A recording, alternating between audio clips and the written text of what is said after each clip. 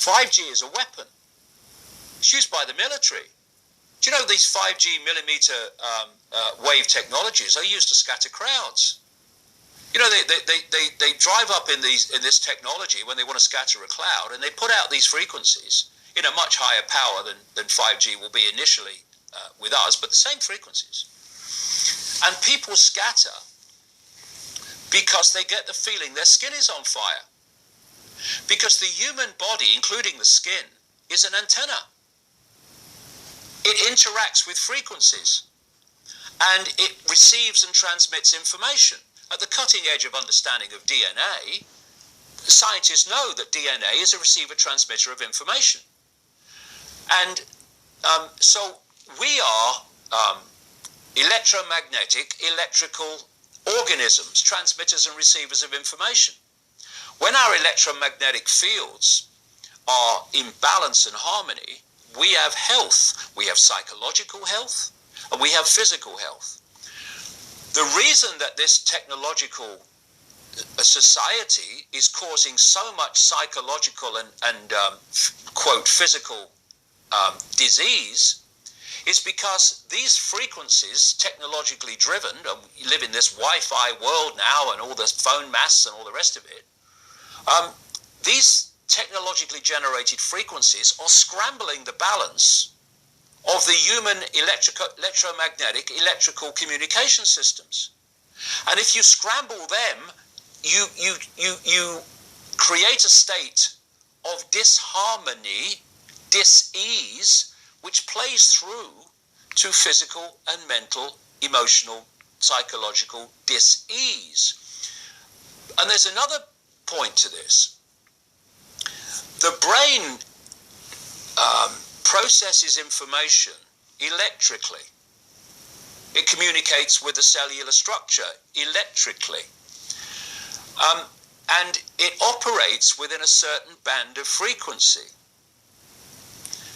If you can broadcast frequencies carrying information, this technology has long been known, carrying information and perceptions within the frequency that the brain decodes information, the brain will decode those frequencies and will have those perceptions. You can externally, even without connection to AI, although that's the piece de la resistance, if you like, that's the kind of holy grail. But even before that, you can influence people's perceptions externally by broadcasting these frequencies that we interact with, because we are antenna. Okay. Now, some decades ago there was a guy who worked out the frequencies of different emotional states. This is long ago. I mean, it's very, very sophisticated now. So every thought, every emotional response is a frequency. It generates a frequency, and it is of itself a frequency. Hate is a frequency, and it's different to love. You know, when you are in a room and there's lots of aggression and conflict and hatred, you feel it. What do people say? Oh, God, you cut the atmosphere with a knife in there. That is because the frequencies of hate and conflict have been so generated, they have changed the electromagnetic field of the room.